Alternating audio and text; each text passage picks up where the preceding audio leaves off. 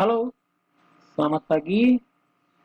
Eh, Senang sekali bisa bertemu kembali pagi hari ini untuk kita melanjutkan pembelajaran kita, yaitu masih tentang suhu. Kalau kemarin kita menghitung bagaimana skala suhu, di sini kita mau review sedikit ya. Nah, untuk hari ini eh, kita mulai pembelajaran kita. Mari kita berdoa sejenak supaya pembelajaran kita nanti boleh berjalan dengan lancar. Doa selesai, eh, kita mulai ya. Nah, untuk hari ini Bapak lanjutkan supaya lebih jelas karena rekaman yang kemarin juga masih kurang jelas ya. Nah, untuk hari ini kita lanjutkan dengan pembelajaran suhu dan perubahannya. Ya, suhu dan perubahannya apa yang mau kita pelajari? Ya, bagaimana suhu itu bisa berubah. Oke.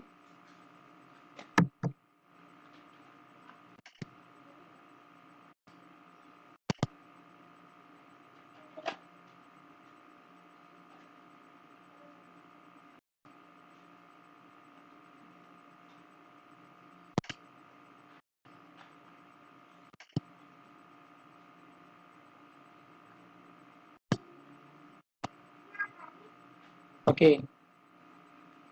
Jadi di sini Bapak mau menjelaskan lagi tentang konsep suhu kemarin karena banyak yang mengumpul tugas juga masih ada beberapa yang salah ya. Ada yang belum tepat. Jadi perlu Bapak jelaskan ulang supaya nanti tidak sampai salah. Nah, konsep suhu tidak sama dengan panas ya. Kalau panas itu adalah salah satu bentuk energi yang mengalir dari mana? Dari energi dari suhu yang tinggi ke suhu yang rendah ya. Sedangkan suhu itu adalah derajat atau tingkat energi panas suatu benda. Jadi beda suhu dengan panas itu ya. Ya. Jadi kalau perbedaannya seperti di sini ya, panas itu adalah salah satu bentuk energi yang mengalir. Sedangkan suhu di sini adalah derajat atau tingkat energi panas suatu benda. Suhu rendah berarti tingkat energi benda, panas benda itu rendah. Ya. Kalau suhunya tinggi, berarti tingkat energi panas benda itu juga tinggi. Oke. Jadi sekali lagi Bapak mau jelaskan bahwasanya konsep suhu itu tidak sama dengan lanjut. Alat ukur suhu seperti yang Bapak jelaskan di video yang kemarin ya, itu adalah termometer. Berdasarkan sesuai dengan katanya term itu artinya panas ya, suhu. Meter berarti alat ukur ya. Termos dalam bahasa Yunani yang artinya panas, sedangkan meter artinya alat ukur. Jadi termometer itu adalah alat ukur suhu. Oke. Nah, bagaimana sifat ataupun prinsip kerja daripada termometer? Jadi kita lihat dulu beberapa prinsip kerjanya. Yang pertama adalah sifat thermometric jet. Maksudnya apa? Sifat thermometric jet itu artinya apa? Volume jet akan berubah apabila dipanaskan atau didinginkan. Apabila benda dipanaskan atau didinginkan, maka akan terjadi perubahan. Apa? Perubahan volume. Nah, itu namanya sifat thermometric jet. Kemudian yang kedua, energi panas itu dapat menyebabkan molekul zat cair bergerak menjauh. Akibatnya jarak molekul menjadi renggang. Akibat jarak molekul antar partikel molekul ataupun partikel itu bertambah, jaraknya bertambah, semakin renggang, maka otomatis membuat volumenya bertambah. Tetapi masanya tetap ya. Nah, itu secara singkat tentang termometer. Selanjutnya, nah, termometer itu dibagi dua berdasarkan zat cair pengisinya. Berdasarkan zat cair yang ada di dalam termometer itu. Ya, yang pertama ada nanti namanya termometer air raksa. Berarti di dalam termometer itu yang digunakan air raksa. Kemudian yang kedua adalah termometer alkohol. Berarti yang di dalamnya alkohol. Nah, apa perbedaannya? Ini yang mau kita lihat perbedaannya. Perbedaan antara keduanya adalah, ya, jadi kalau kita perhatikan termometer yang pernah kita lihat, misalkan di puskesmas atau di laboratorium IPA, itu nanti ada zat cairan di dalam termometer itu. Nah, cairan yang di dalam itu ada dua. Yang pertama air raksa, yang kedua adalah alkohol. Perbedaan keduanya Bapak tampilkan di sini. Kalau dia air raksa, ini kelebihannya adalah tidak membasahi dinding pipa kapilernya.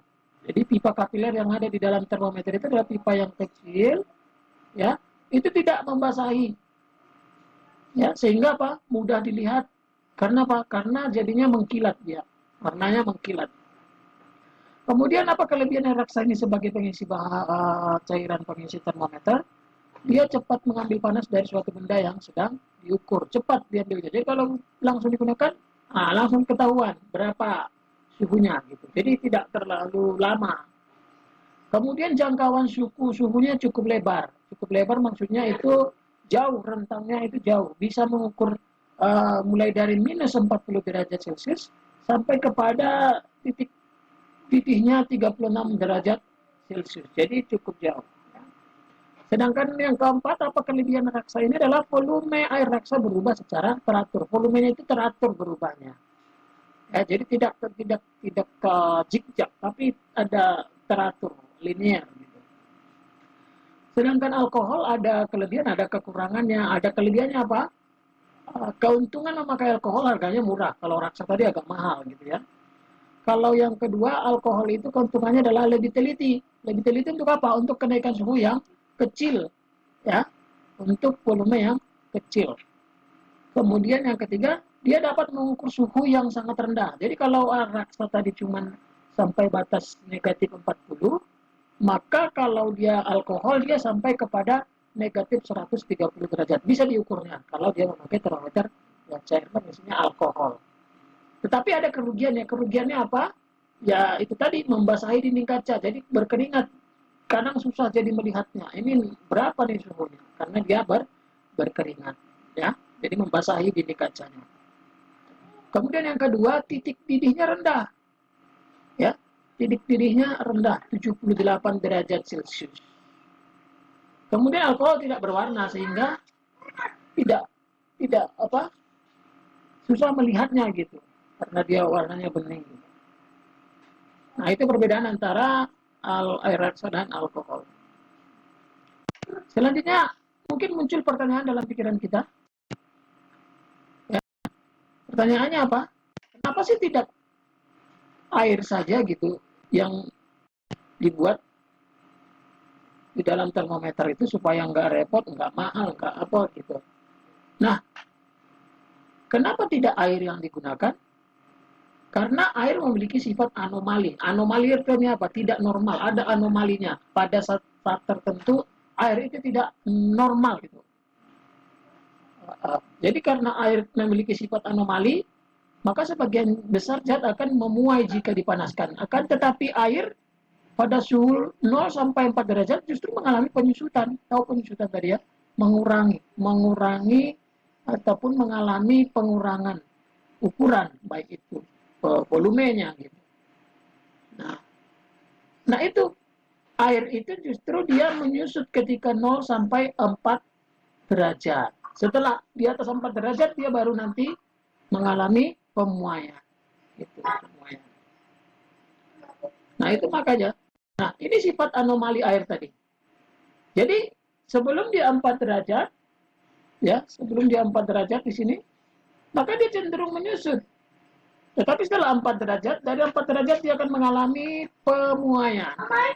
Ya. Apa yang menyebabkan anomali air seperti itu? Ya, itu adalah bisa kita katakan akibat yang menunjukkan kebesaran Sang Pencipta atau Tuhan ya. Jadi salah satu kebesaran Tuhan bisa dilihat dari anomali air tadi. Pada musim dingin, sungai laut hanya membeku pada permukaannya. Sungai atau laut maksud saya ya. Sungai atau laut hanya membeku pada permukaannya saja, sedangkan bagian dalamnya tidak beku. Sehingga ikan dan berbagai biota maksudnya makhluk hidup yang di dalamnya, tetap bertahan di musim dingin. Nah itu tadi, karena sifat anomali air itu akhirnya bisa mengakibatkan makhluk hidup bisa bertahan hidup ketika musim musim dingin. Nah itu tadi mengapa saya sebutkan tadi adalah salah satu menunjukkan kebesaran Tuhan. Oke. Nah ini yang kita pelajari kemarin, skala termometer, ya, skala termometer.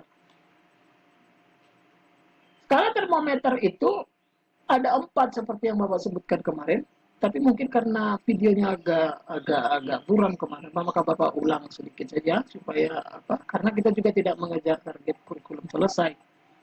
Tapi bagaimana ini bisa mengerti. Jadi ada beberapa anak Bapak yang jawab berdasarkan internet, tetapi dia tidak paham kenapa seperti itu. Jadi apa yang di internet ada koma 15, dia buat juga koma 15, tapi dia tidak tahu kenapa koma 15 gitu. Nah, di sini perlu Bapak jelaskan lagi. Skala termometer itu adalah skala Celsius, Fahrenheit, Reaumur, dan Kelvin. Masing-masing memiliki titik tetap bawah. Titik tetap bawah seperti yang Bapak sebutkan kemarin di video sebelumnya, itu adalah titik bekunya air gitu. Air membeku pada skala Celsius itu 0. Pada skala Fahrenheit itu 32. Pada skala Reaumur 0. Pada skala Kelvin dia 273. Nah, itu namanya titik tetap bawah, tetap. Atau titik beku air seperti yang saya sampaikan. Nah, kalau yang namanya titik tetap atas ini namanya titik mendidihnya air. Pada skala Celsius, air itu mendidih 100 derajat Celsius. Sedangkan pada Fahrenheit itu 212 derajat Fahrenheit. Kalau Reaumur 80 derajat Reaumur. Kalau Kelvin 373 Kelvin. Begitu ya. Jadi dasar penetapan batas atas suhu di mana air mendidih seperti Bapak sampaikan tadi. Dasar penetapan batas bawah itu adalah suhu di mana air membeku. Penetapan angka bersifat arbitrary, ya. Arbitrary itu maksudnya apa? Sesuai dengan kehendak penemu. Celsius menemukan, ya itu dibuatnya. Itu tetapan dia. Gitu. Tetapi dia secara ilmiah bisa menetapkannya. Tidak salah-salah juga. Nah, termometer dengan skala Celsius tadi itu ditemukan oleh si Celsius ya. Ya. Termometer Celsius itu dibuat oleh Anders Celsius dari Swedia pada tahun 1701-1744. Dan titik tetap atas menggunakan air yang sedang mendidih 100 derajat Celsius menurutnya. Ya, titik tetap bawahnya menggunakan air yang membeku atau es yang membeku. Nah, perbandingan skalanya dari 0 ke 100 berarti dia memiliki perbandingan atau rentang skalanya dari batas titik bawahnya sampai ke titik atasnya itu 100. Ya, sedangkan termometer Reaumur itu adalah dibuat oleh Reaumur. Ya, dari Prancis. Kalau tadi dari Swedia, Celsius ini dari Prancis. 1731 tahun dia menemukannya. Titik tetap atas menggunakan air yang mendidih. Air yang mendidih ditetapkannya 80 derajat Reaumur. Titik tetap bawahnya menggunakan es yang mencair. Es yang membeku ya. 0 derajat, mencair dia mulai dari 0 maksudnya. Di bawah 0 berarti dia membeku. Perbandingan skalanya dari 0 ke 80 berarti 80 derajat. Nah, kemudian yang ketiga adalah termometer Fahrenheit. Termometer Fahrenheit dibuat oleh Daniel Gabriel Fahrenheit dari Jerman. Ya, seperti gambar tadi, titik atasnya 212, titik bawahnya 32. Ya, ini 32 harusnya. Perbandingan skalanya adalah 180. Dibuat oleh Kelvin dari Inggris, titik utama tadi 373, dan titik bawahnya menggunakan es mencair 23. Jadi ini tadi salah ya. Ini harusnya 32. Nah, konsep mengkonversi skala suhu. Jadi caranya begini. Atau dengan cara yang saya sampaikan di video sebelumnya, ya seperti itu ya. Jadi kalau misalkan konsep konversi skala suhu itu ya suhu A dikurang suhu B per suhu X dikurang suhu B sama dengan suhu A dikurang suhu B, suhu Y dikurang suhu B. Itu perbandingan ya, perbandingan. Ini hampir sama persis seperti yang Bapak buatkan ya, yang di video kemarin. Kenapa Bapak ulang supaya lebih jelas? Karena kemarin mungkin agak ragu ya, agak itu. Karena banyak juga yang belum mengumpul tugasnya. Nah, jadi